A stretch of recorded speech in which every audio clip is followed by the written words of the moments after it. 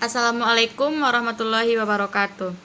Baiklah, saya Seri Fauzia dari kelas 2A dengan NIM 2012111688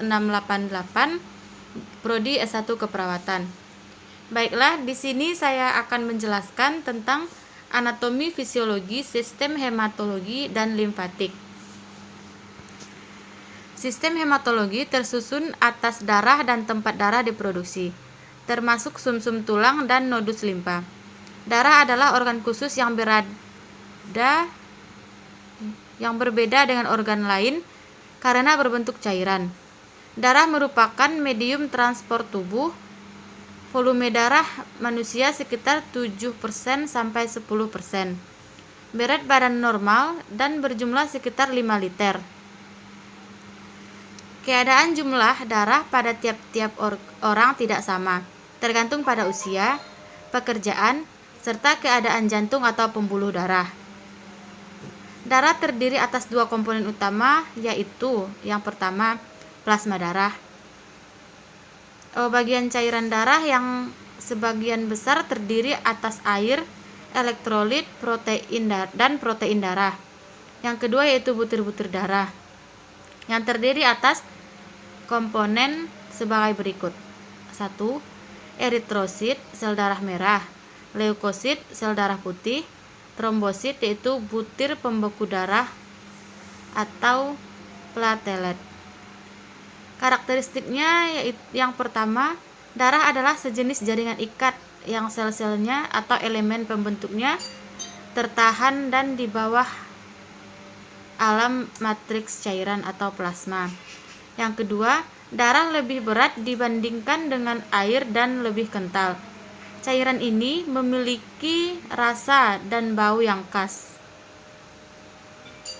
3. Warna darah bervariasi dan merah terang seperti merah tua kebiruan, bergantung pada kadar oksigen yang dibawa ke sel darah merah. Volume darah tetap sekitar 5 liter pada laki-laki dewasa berukuran rata-rata dan kurang sedikit pada perempuan dewasa. Volume ini bervariasi sesuai dengan ukuran tubuh dan berbanding terbalik dengan jumlah jaringan edukosa dalam volume. Selanjutnya yaitu sel darah merah. Sel darah merah yang akan dibahas adalah mengenai struktur eritrosit, produksi sel darah merah, lama hidup, jumlah eritrosit, penghancur sel darah merah, antigen sel darah, dan sifat-sifat sel darah merah. Struktur eritrosit atau sel darah merah merupakan cairan bikonkav dengan diameter sekitar 7 mikron. Bikonkavitas memungkinkan gerakan oksigen masuk dan keluar sel secara cepat dengan jarak yang pendek antara membran dan inti sel. Warnanya kuning kemerahan karena di dalamnya mengandung suatu zat yang disebut hemoglobin. Sel darah merah tidak memiliki inti sel, mitokondria dan ribosom, serta tidak dapat bergerak. Sel ini dapat melakukan mitosis, fosforilasi, oksidatif sel, atau pembentukan protein. Komponen eritrosit sebagai berikut. 1. Membran eritrosit. 2. Sistem enzim.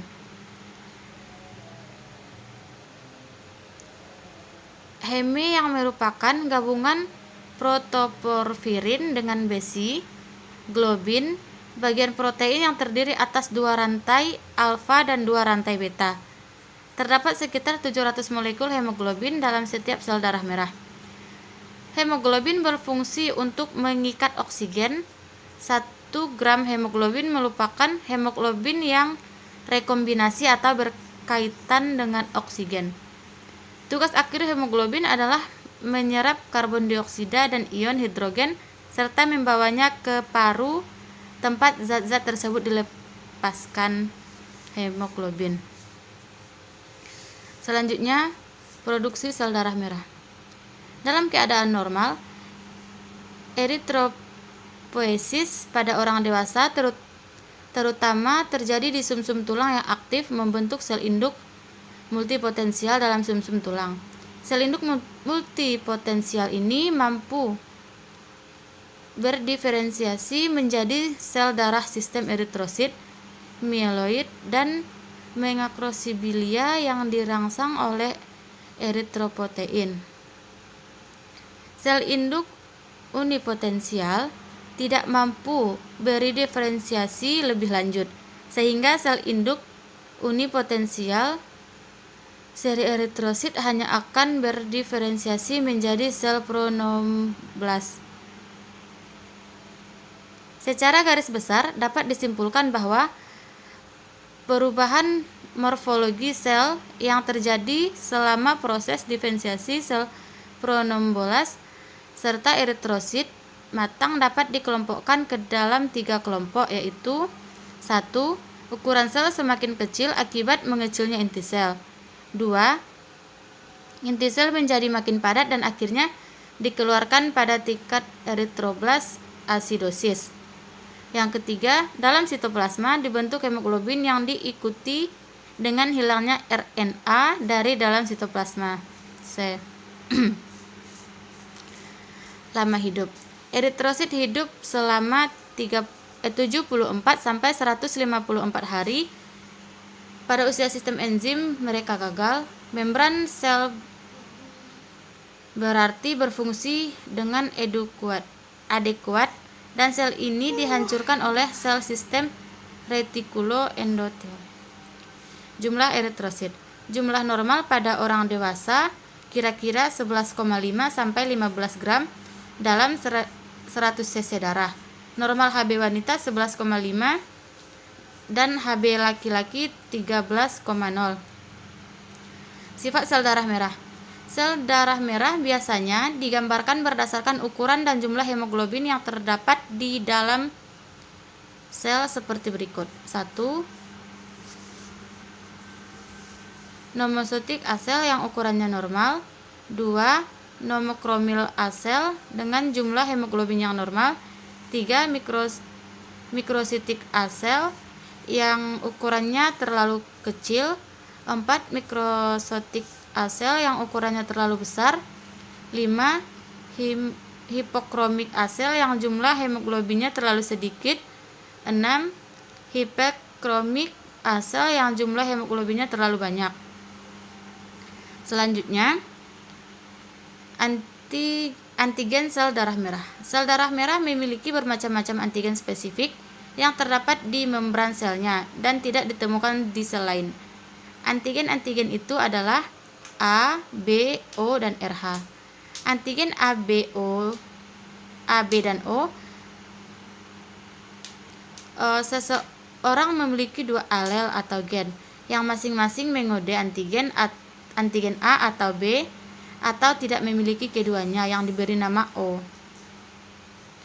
Antigen A atau 1A dan 1O akan memiliki darah A. Orang yang memiliki 2 antigen B atau 1B dan 1O akan memiliki darah B. Dan selanjutnya yaitu penghancur sel darah merah. Proses penghancuran eritrosit terjadi karena proses penuaan dan proses patologis. Hemolisis yang terjadi pada eritrosit akan mengakibatkan terurainya komponen-komponen hemoglobin menjadi 2 komponen sebagai berikut. Yang pertama, komponen protein yaitu hemoglobin yang akan dikembalikan ke pol protein dan dapat digunakan kembali. Yang kedua yaitu komponen heme akan dipecahkan menjadi dua. Besi yang akan dikembalikan ke pol besi dan digunakan ulang. 2. Bilirubin yang akan diekskresikan melalui hati dan empedu. Selanjutnya, sel darah putih atau leukosit.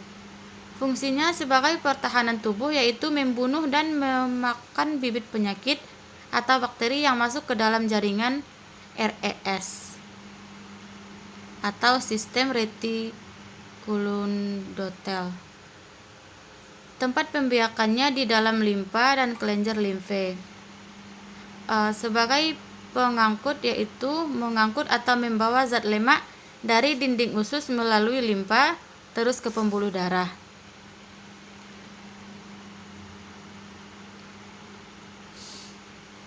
Dengan cara ini, ia dapat menampung darah yang terkena infeksi atau cedera, menangkap organisme hidup dan menghancurkannya, menyingkirkan bahan lain seperti kotoran-kotoran, serpihan, dan yang lainnya sebagaimana dengan cara yang sama.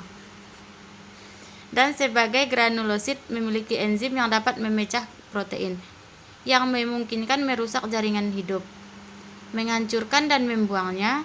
Dengan cara ini, jaringan yang sakit atau terluka dapat dibuang dan menyembuhkannya seperti semula. Selanjutnya itu struktur leukosit. Bentuk dapat berubah-ubah dan dapat bergerak dengan perantara kaki palsu. Mempunyai bermacam-macam inti sel, sehingga ia dapat dibedakan menurut inti sel serta warnanya bening. Sel darah putih dibentuk di sumsum tulang dari sel-sel bakal. Jenis-jenis golongan dari golongan sel ini adalah golongan yang tidak bergranula, yaitu limfosit T dan B, monosit dan makrofag, serta golongan yang bergranula yaitu eosinofil, basofil, dan neutrofil. Jenis-jenis leukosit. Yang pertama, agranulosit, yang kedua, granulosit. Agranulosit terbagi menjadi dua juga. Yang pertama yaitu limfosit. Limfosit merupakan sel utama pada sistem getah bening yang berbentuk sferis, berukuran yang relatif lebih kecil daripada makrofag dan neutrofil.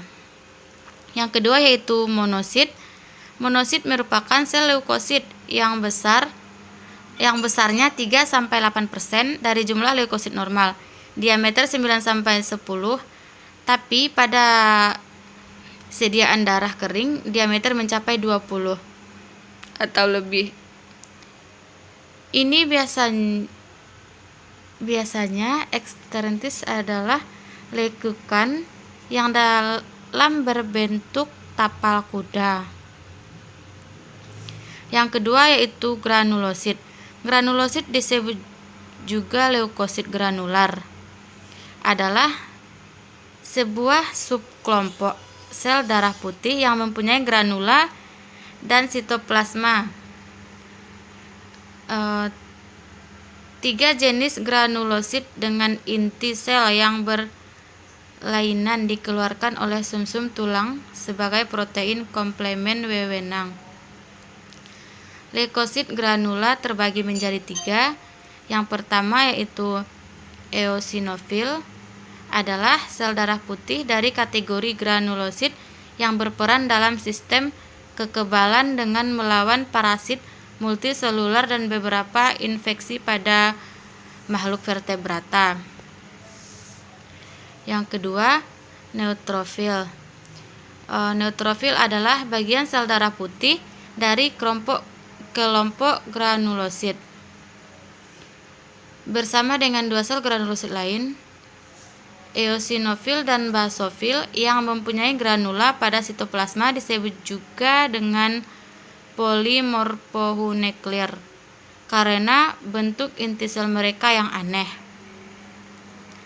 Dan yang ketiga, basofil. Basofil adalah granulosit dengan populasi paling minim, yaitu sekitar 0,01 sampai 0,3% dari sirkulasi sel darah putih. Nah, selanjutnya adalah trombosit. Trombosit atau keping-keping darah adalah fragmen sitoplasmik tanpa inti berdiameter 2-4 mm yang berasal dari megakaryosit.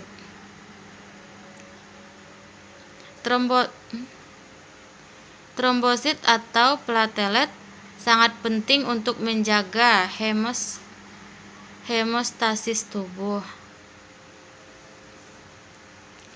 Adanya abnormalitas pada vaskular trombosit, koagulasi atau fibrinolisis akan mengganggu hematosis sistem vaskular yang mengakibatkan perdarahan.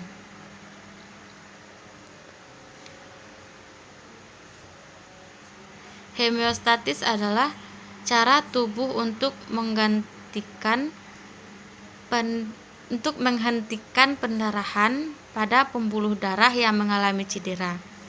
Hal ini melibatkan 3 proses utama. Yang pertama, konstruksi atau pengkerutan pembuluh darah.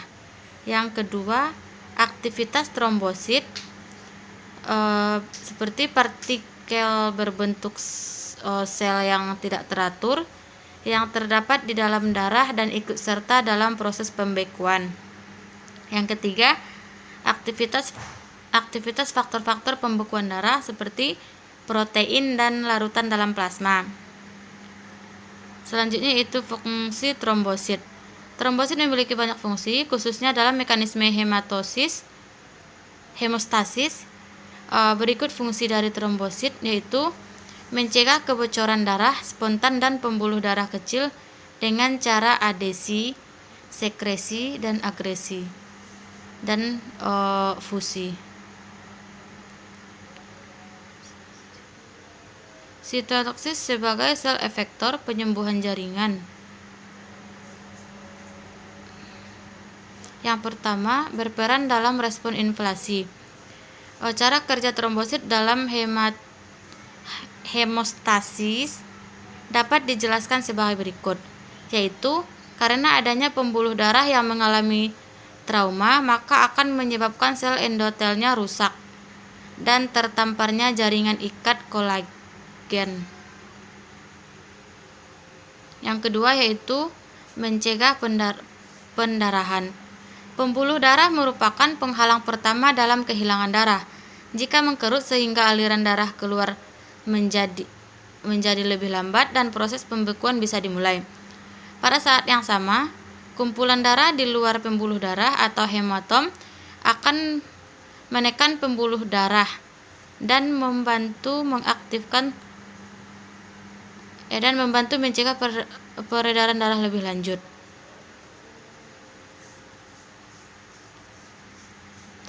Selanjutnya yaitu pembekuan darah. Hemostasis merupakan peristiwa penghentian pendarahan akibat putusnya atau robeknya pembuluh darah. Sedangkan trombosis terjadi ketika endotelium yang melapisi pembuluh darah rusak atau hilang. Dan selanjutnya tipe trombos. Yang pertama, trombos putih tersusun dari trombosit serta fibrin dan relatif kurang mengandung eritrosit. Yang kedua, trombos merah terutama terdiri atas eritrosit dan fibrin. Terbentuknya pada daerah dengan perlambatan atau statis aliran darah dengan atau tanpa cedera vaskular, atau bentuk trombos ini dapat terjadi pada tempat luka atau di dalam pembuluh darah yang abnormal bersama dengan sumbat trombosit yang mengawali pembentukannya. Dan yang ketiga yaitu endapan fibrin yang tersebar luas dalam kapiler atau peredaran darah yang amat kecil. Selanjutnya yaitu faktor-faktor pembekuan darah. Yang pertama, faktor fibrinogen, sebuah faktor koagulasi yang tinggi, berat molekul protein plasma, dan diubah menjadi fibrin melalui aksi trombin. Yang kedua yaitu faktor 2 protrombin, sebuah faktor koagulasi yang merupakan protein plasma dan diubah menjadi bentuk aktif trombin. Yang ketiga, faktor 3 jaringan tromboplastin. Koagulasi faktor yang berasal dari beberapa sumber yang berbeda dalam tubuh, seperti otak dan paru-paru. Yang keempat, faktor 4 kalsium. Sebuah faktor koagulasi diperlukan dalam berbagai fase pembekuan darah. Yang kelima, faktor 5 proasalerin, yaitu sebuah faktor koagulasi penyimpanan yang relatif lebih dan panas. Yang keenam, faktor 6, sebuah faktor koagulasi sebelumnya dianggap suatu bentuk aktif faktor 5, tetapi tidak lagi dianggap dalam skema hematosis. Yang keenam, faktor prokon. Yang ketujuh, faktor prokon. Yang kedelapan, faktor antemofilik. Yang kesembilan, faktor tromboplastin plasma komponen. Yang ke-10, faktor Stuart faktor. Yang ke-11, faktor trombopalastin plasma yang di atas. Dan yang terakhir itu nomor 12, faktor hamagen. Selanjutnya yaitu unsur-unsur dalam pembekuan darah. Yang pertama, trombosit atau keping-keping darah yang sangat menentukan. Sel ini merupakan unsur terpenting di balik pembekuan darah. Dan yang B, trombin adalah protein lain yang membentuk proses pembekuan darah. Yang selanjutnya, enzim-enzim tersebut dapat merangsang perbanyakan trombin maupun menghentikannya. Selanjutnya, main wheel. Sementara itu, keping-keping darah yang sedang meronda terus-menerus terperangkap dan menumpuk di tempat yang sama. Selanjutnya adalah proses pembekuan darah atau koagulasi. Bila terjadi luka, trombosit akan pecah mengeluarkan trombokinase atau tromboplastin.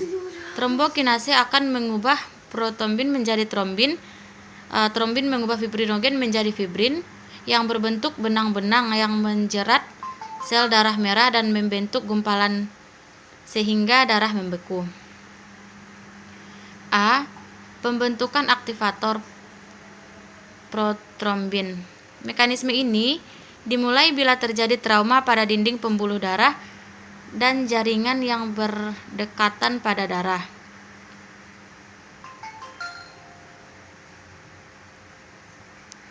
1.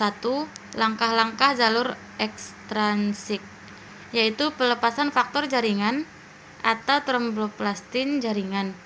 Selanjutnya mengaktifasi faktor X, yaitu Stuart faktor, sebuah faktor koagulasi penyimpanan yang relatif stabil dan berpartisipasi dalam baik intrinsik dan ekstrinsik jalur koagulasi. Yang kedua yaitu langkah-langkah jalur intrinsik, yaitu pengaktifan faktor, yaitu faktor hemagen, faktor koagulasi yang stabil yang diaktifkan oleh kontak dengan kaca atau permukaan asing dan memulai jalur intrinsik dari koagulasi dan pelepasan fosfolipiid trombosit oleh darah yang terkena trauma. Kemudian faktor ini yang teraktivasi ini yang akan mengakibatkan faktor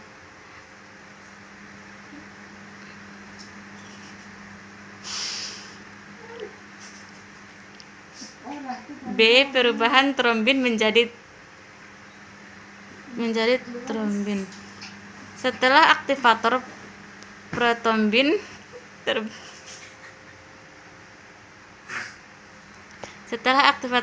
terbentuk akibat pecahnya pembuluh darah, maka dengan adanya ion Ca2+ dalam jumlah yang mencukupi akan menyebabkan perubahan protrombin menjadi trombin. Mula-mula melekat pada reseptor protrombin pada trombosit yang telah berkaitan pada jaringan yang rusak. Dan yang terakhir yaitu C, perubahan fibrinogen menjadi fibrin. Trombin adalah enzim protein dengan kemampuan proteolitik yang bekerja terhadap fibrinogen dengan cara melepaskan 4 peptida yang berat molekul rendah dari setiap molekul fibrinogen sehingga membentuk molekul fibrin monomer yang memiliki kemampuan untuk berpolimerisasi dengan molekul fibrin monomer yang lain. Baiklah, sampai di sini penjelasan yang dapat saya berikan. Jika ada yang salah atau yang kurang, saya mohon maaf. Assalamualaikum warahmatullahi wabarakatuh. Aku lagi kirim